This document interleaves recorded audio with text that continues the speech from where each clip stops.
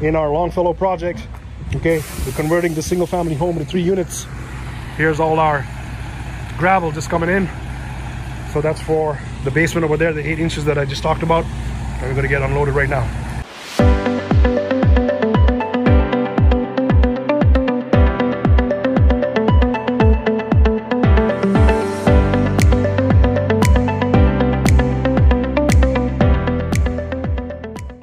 And here we are on the outside.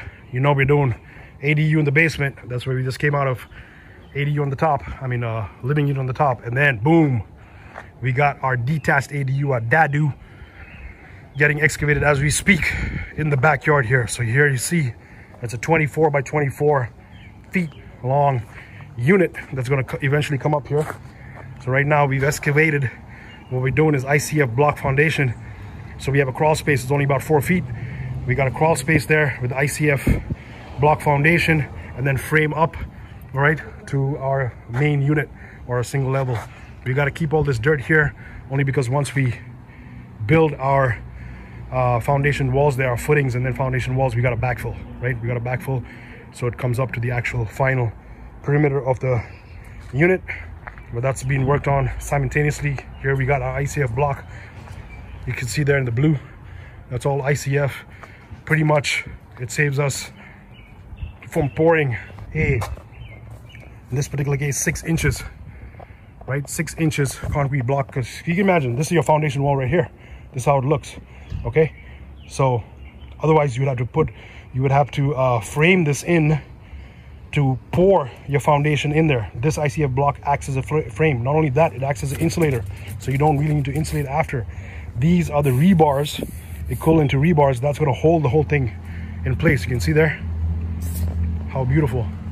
So it's like a Lego, it's like a giant Lego piece. What happens is that this gets put on the footing, and then you can see the tongue and groove here gets connected to the next one, and the next one, and the next one, and the next one, so on and so forth. You can cut this thing in half or any kind of shape. You can go around the corners, stuff like that.